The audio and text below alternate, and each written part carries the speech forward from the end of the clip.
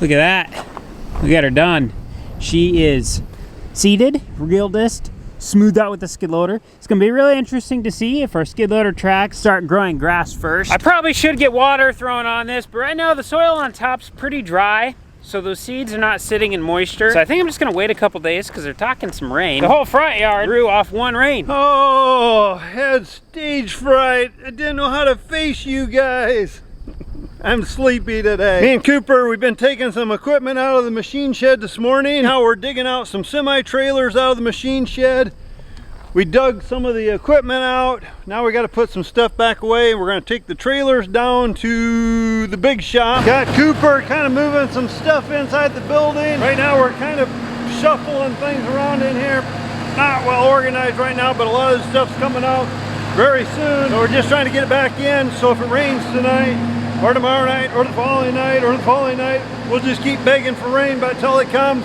We don't want the machinery to get wet.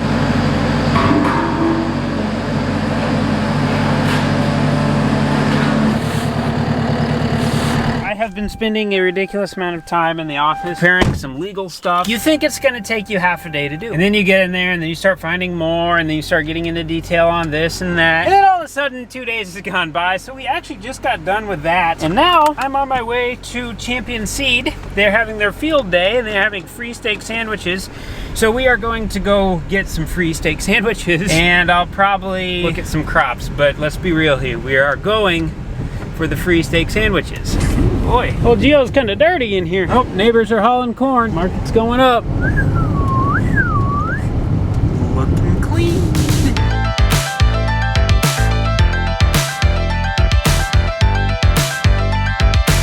Oh! Okay, looks like something going on down there. I think that's where the food's at. I think the plot's up here though. Oh, look who it is. Brandon in his natural habitat, standing there doing nothing. Doesn't have to have a lot of mimicry. Like a bunch of sheep following their shepherd. We got a golf cart traffic jam. Holy smokes. How we doing? Pretty good. I heard you're the guy who knows more about stuff. I don't know about that. So we walked all the way down to the end. The pack of sheep's way down there by the interstate. But we got on this end, this is the soybean plot, so we got 21. Was it 21 or 31? Is there 21 or 31? I think it's 31. I'm not familiar with how a seed plot works. This is 34.99 EN, and then we got 34.43 XL, 33.72 EN, and the numbers just keep going as we go along. Between these stakes, this is the variety. You can actually see the height difference here. Short, tall, that's the differences in the variety. So I think there's like 4 rows. Yeah, it looks like 4 rows of 34.99, 4 rows of 34.43. That's just gonna keep going as you go down. So sometimes when you go to these, you see they're different heights, they're different colors, they got different things going on. It's basically different characteristics of the plant do different things, and different varieties are better at different things than other ones. For example, this 3262 XL, take a look at the leaves. Let's say this one's known for having a really good stay green and really big leaves, while this 333 XL kind of has these smaller leaves, and maybe this has a better stand, or it's more resistant to white mold. There's literally like thousands of things that could be different among all of these varieties. I want you to take a look at this one here. Notice how this is all dark, and then we got these ones starting to turn yellow. These ones are starting to mature out. So what's causing this difference? Is this side so much more unhealthy than this side? That could be the case, but why is it right to the row? That's where the maturity comes in. So this is a 34.99. On soybeans, generally they put a decimal point right here. So this is a 3.4 maturity. I don't know what the 3.4 means. It doesn't mean 3.4 days or 3.4 months, or maybe it means 3.4 months. I don't know. I don't think it does. What this number is telling us is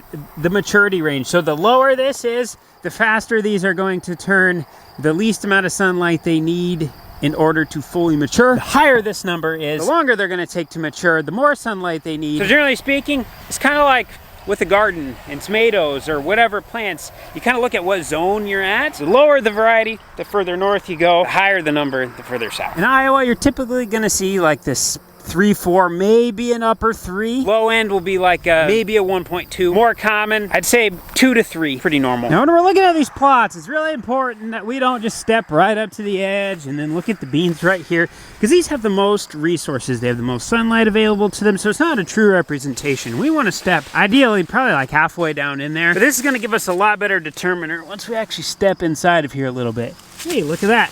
So we got a little mold right there on the ground. That's an acceptable level, but definitely some here. These are 30-inch rows, so these are 30 inches apart from each other. What they're actually gonna do when they get done with this and all these are done and mature, then they'll come in and combine them 4 rows at a time, and they'll write down the yield, and then they can show, okay, this is how this number did, this number did, this number did. But the funny thing about farming is this year this number could be the best one. I'll yield everything by 15 bushels per acre. And then next year, that could be the worst one, and this one could be the best one, and they did nothing different. Could be the weather, could be bugs, disease, whatever. Like, all those things make all the difference. That's why something like this is so valuable, because you walk along and you kind of pick your favorites out, the things you like seeing the best. You generally try to do it in an area you're from, so then you know, okay, this is realistic to the soils that we have. The highest we planted this year was 2889 EN, so we have this particular number on our farm. As you can see, starting to turn a little bit, looking pretty good. Quite a bit shorter than the one beside us. A tall bean plant does not necessarily mean a better bean plant. A tall bean plant is actually at a higher risk for lodging. It gets really heavy up top, and then you got the wind and everything going on, and then it goes, and it falls over. And if you have beans on the ground,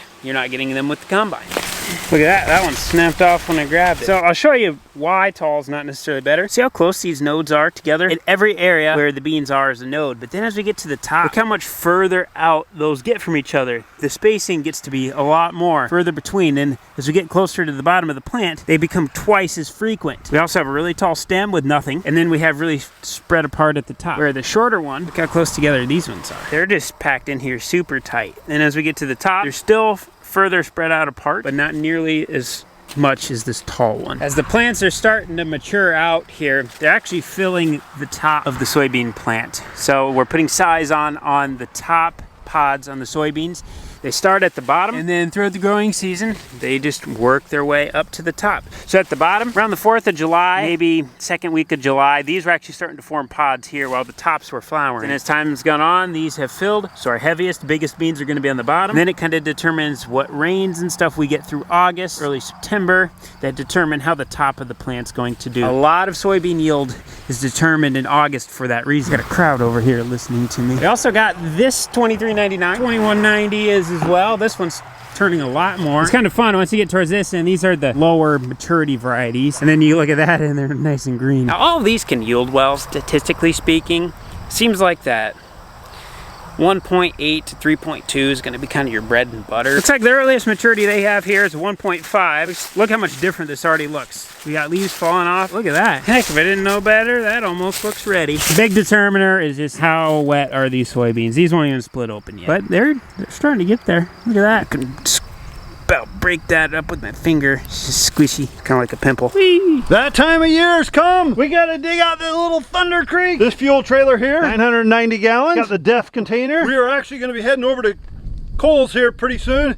Me and Cooper are gonna fill the DEF up, get this thing ready to roll for the fields, and when it's time to go, we got fuel, we got DEF, we got the trailer.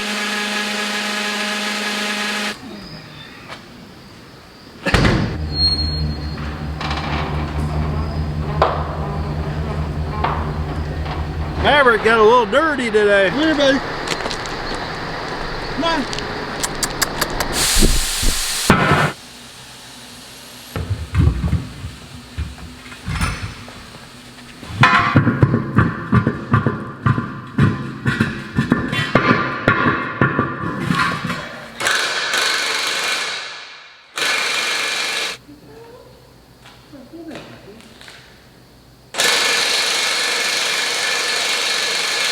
Got one lug nut we can't get off. God dang, that's hot.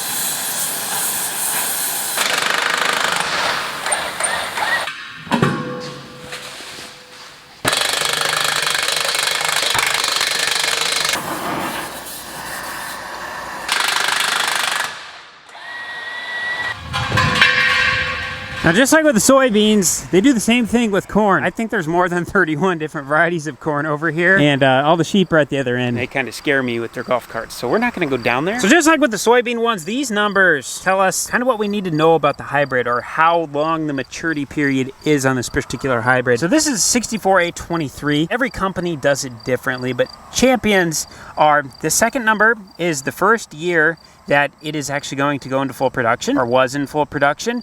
And then the first number tells you how many days the relative maturity is on it. So Champion Seed adds, I believe, 50 to theirs. So this is a 114-day relative maturity variety. And then this one's 61, so this one's 110. Math, 111. So like this one, first production year fully was 2022, so this year. So this is out on a bunch of people's farms. This one came out in 2017. Hey! Same thing with the soybeans. Each number, hybrid, whatever you want to call them, they all have different characteristics about them. So like this particular one, maybe really big girthy ear that really holds up nice and tight to the stalk. It's got a big old fat leaf on it. Some have a higher ear placement, some have a lower ear placement. Some do better with one disease, one does better with another disease. One of them has a better, what's the word I'm looking for? Oh, what's that word? Germination. One has better saturated cold germ, meaning it can grow in wet, cold soils better. If you plant 100 seeds, 95 of them will come up if it's got a good cold sat. If it has a bad cold sat, maybe 60 of them come up. It's kind of like a big shopping mall. You can pick what you want, what you like, and what you don't like, you don't have to get. This is what we have over on Kristen and Rusty's, 61A22. So this particular one, that's a funny looking corn stalk right there. We have 60A20 planted over at Kristen and Rusty's as well. Then 58A21, this is the one that's over on tabletop. Now same thing, we don't want to look at the ones that are on the edge. They have the most sunlight, they have the most resources, not an accurate representation. We want to travel in here quite a ways, preferably like 50 yards, and this will give us a better representation. I'll just give you a good example right here. Look at these leaves that are kind of dropping down. So as the nitrogen's kind of working its way up in the plant, it's just starting to kind of leave these bottom leaves, because all the photosynthesis is going up top. So that's in here a little ways. Let's go back over towards the road where we got more sunlight. These ones are still green. So look at that. That's quite the difference. That's just a small example. As much as the seed companies like to tell you, not every ear looks like this one inside of there. This is a product of sunlight. And the double ear thing too, that's another product of sunlight. This one tried putting on a third. In our area in Iowa, a long season corn guy maybe will run 115 day, and on the shorter end, maybe 100. On our farm, our shortest stuff is 103 or 105. I don't even remember this year. And then our longest is 111 days. It's just kind of fun to look at them side by side. Like, look at the kernel orientation on this one, how these ones are kind of smaller. And then on the one beside it, they're just completely different. It's kind of like characteristics of people from different countries. Like, some maybe look a little bit different, some have more hair than others. Corn and people are basically the same thing. As far as things we're looking for with these, there's a lot. Why are it's so short right here and then tall back there? But bug control, like this was munched on by something. Looks like another something did something right there. Sometimes these silks will get taken off, the leaves will get chewed up real bad. Sometimes the leaves are really brittle. Sometimes the whole plant itself is really brittle. Ear orientation's another thing. How high up on the plant is it? How well is the end being covered? I can go on and on and on about it, but there's, once again, you pick what you like and you don't get what you don't like. Ideally, something like this should actually be done on our own farm, both with corn and soybeans for potential varieties or hybrids that we want to plant, because then it's done with our level of acceptance, our practices, our soils, our weather, our everything. Because here, these have been kind of known to, hey, maybe we have a particular hybrid or variety that we want to pump up a little bit. Let's sneak in here at 1 o'clock in the morning with a little extra nitrogen. Or when we're passing through here with the fertilizer spreader, maybe let's kick this area up a notch a little bit. So not always a true representation. I trust Champion Seed. I think they're pretty honest when it comes to this stuff. And as long as everything is apples to apples across the board, you can still see the variety to variety difference and maybe characteristics about that particular thing. But at the end of the day, having it on your own operation is hands down the best way to go. I do have to call them out for the typical seed corn company type thing. Let me guess. Oh, nope. I thought it was 58A21. But generally, they kind of take their favorite hybrids and they maybe pull back a few more ears on them. And they always do this, so that way when everyone's driving by on the highway, they're seeing these monster ears just hanging out. That's a nice ear. I'd take that.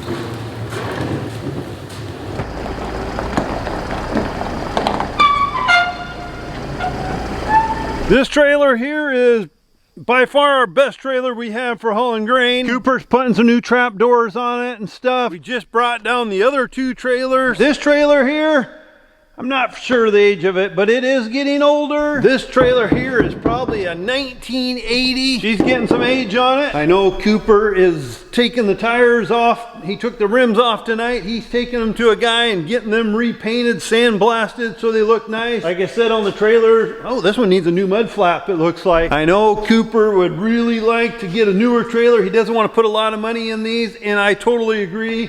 Just right now, everything is selling so high.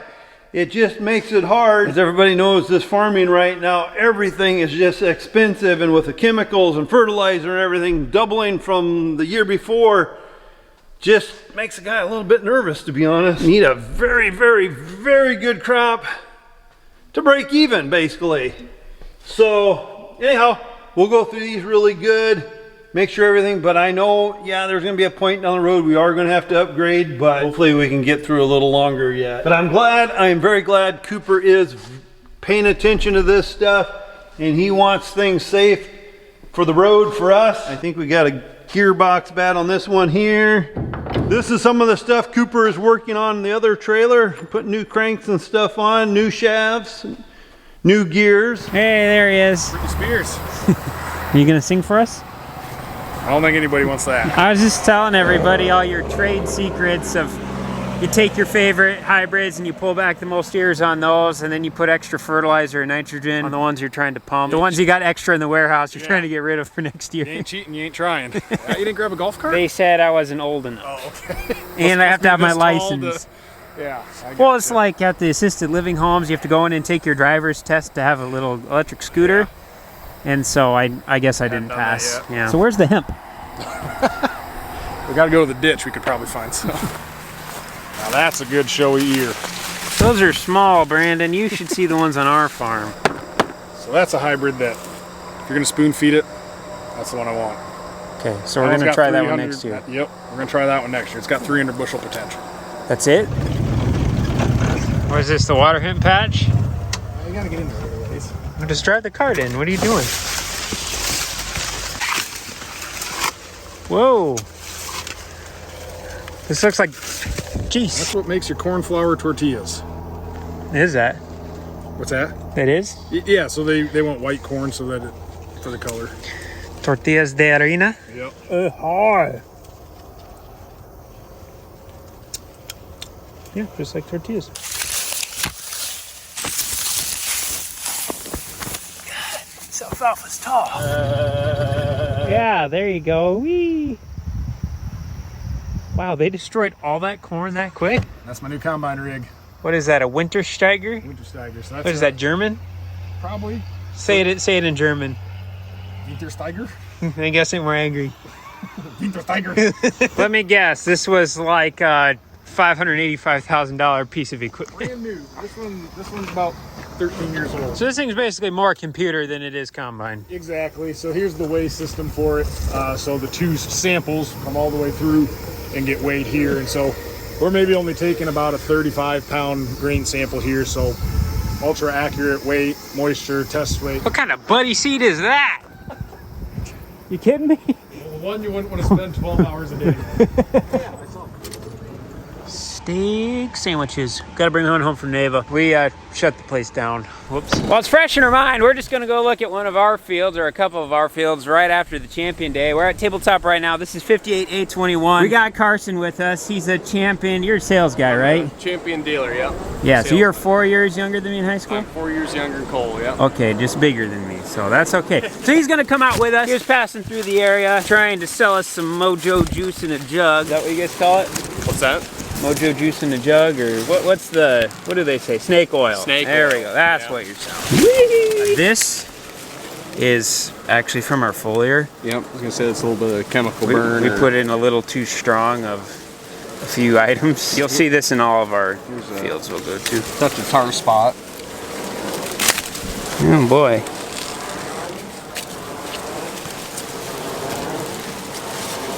What leaf was that on? It was on, where did I get that from? It was up a little by the ear. Okay, that's what we don't like. This leaf right here, this is our ear leaf. It's the one with the ear on it. We want to protect this guy. This is the most important leaf on the entire plant. Well, that one's got a little bit at the tip right there. Those little spots that look like somebody took a little bit of ink right there, right by my middle finger. That's tar spot. That's that disease that we were talking about that we don't want, that's new. Why'd you have to come out here, Carson? So this field here should be doing about 263 bushel the acre. If every plant in the field was like this. Correct. And not every one is, because we'll find, where's the little one? We don't raise little ears here. Here's one. Yep. So that guy's smaller. This guy right here. Which in that case, more than likely it's going to be a singulation problem. Yep, so we had a double there, so 2 seeds basically dropped right in one spot. So my thing I'm trying to do, and I'm trying to prevent this dent from occurring. Yep. The more it dents, the more weight it's losing. Correct. Right? So the heavier the test weight, the higher the yield. Yep. Because in my opinion, these are heavy. Yeah. Oh yeah. Oh, look at that. The milk line's working its way down. Those are big kernels. If we pull one out just like this and we take the tip off and we look in there, that little divot, when that turns black, that means we've reached physiological maturity. We call that black layering. That means this plant is done adding any more weight to it. No more nutrients are being supplied there. It's just like cutting the tap off. We're not quite there yet. So this would be a good representation here. We did kind of my random ear sample size. So this is pretty similar to the one that Carson just counted. And as we can see, these ones are a little smaller, but I mean, still got nice girth to them. And if you tell at the end here, this is drought stress. That's drought stress? I believe so. Their kernels are not making it all the way to the end of the ear. Well, for sure. You can see where they started, then they aborted themselves. Same thing with soybeans. Soybeans start at the bottom of the plant, work their way to the top. Corn works the same way. The bottom kernels form first, and these are going to be the most protected. And then as you go up the plant, stresses and everything else take them down. We jumped just across the road. Tabletop's right on the other side of Luke and Ashley's here. So this is Grandpa's. We are in, this is 2889 Ian. Oops, I stepped right on the beans you were looking at. So this is I'll call her non-programmed stuff. You can pull one up, Carson. About 3 pods. I'm pretty impressed with that. Okay, well, I wasn't anticipating on finding tar spot out here. Tar spot is kind of new, a new disease in the corn farming world, at least in this area. I think it was discovered in like 2016 or 2017. It's been working its way here. I've heard of people like an hour away having it, but I've never seen it on our farm before until today. And this is the bad news about it. I sprayed fungicide on this field twice. Just before a tassel came out, so like the 3rd of July, I was out here. And then the 16th of August, came out again, did another application. And that's with an undercover apparatus that shoots it between the row as well as on top of the row at 23.5 gallon an acre coverage. And I mean, look at this. I literally go to a plant right behind me, random leaf. This is just where I stopped the truck. See those little black spots that are on there? Look like you took a pen. That is tar spot. As far as my understanding goes, there's no cure for this, and it doesn't leaf. Because here, once this plant dies, that bacteria or whatever tar spot is still on the leaf. It falls to the ground once we harvest it. It sits there over the winter because it doesn't break down because we don't have enough microbial activity in the soil during the wintertime because it's cold, it slows it way down. So then once the snow melts and stuff starts to warm up, that bacteria is still there, and so now it's in our soil. So what do? We're gonna have to get more aggressive with our fungicide. I actually did some fungicide trials this year. We just started doing fungicide like 3 years ago for the first time ever, and it's always been one of those things. You talk to a neighbor, one guy says he does it every year, doesn't really know if he gets a benefit from it, but he feels like he at least makes his money back. So it's always been kind of a toss-up thing in the farm world. So we did half of our acres with this double fungicide test this year, and then the other half we didn't. So one of these days I'm going to take Dad into some fields that we didn't spray, first the ones that we did, and you will be amazed at the disease control difference. It is unbelievable. At least on this year. That may not be in everything year, but this year I think we're going to see dividends on that fungicide. But going forward, tar spot, depending how early the plant gets it, I've heard of people getting it and losing 40 bushels per acre. If we lost 40 bushels per acre across 1,000 acres of corn, that'd be 40,000 bushels of corn. Let's say we get $7 for our corn right now at 40,000 bushels, that's $280,000 we would be losing from this tar spot. The fungicide pass just for the fungicide is $18 an acre. We're putting other stuff in with it, so we're making a trip across the field anyway, but it's still $18 an acre, so technically we're spraying 2,000 acres of it. It's an extra $36,000 in expense. So if we can alleviate that 40 bushel per acre loss, the $280,000 loss, by paying 36 grand plus whatever it costs us to run our sprayer across, I'm willing to trade $40,000 for $280,000. But it just kind of stinks because it's more stuff we have to do. It's more expense, more headache, more equipment, more time out in the field. But at the end of the day, we're trying to raise the best crop that we possibly can. Stuff is always changing, just like the business environment or any of our lives. Stuff is always changing. We have to adapt. This is just one of those things. Okay, I'm gonna go hunker down in the office for a while. Nothing too interesting going on there, or stuff that I can't talk about. So we're gonna call it here. Thanks for watching. See you in the next one.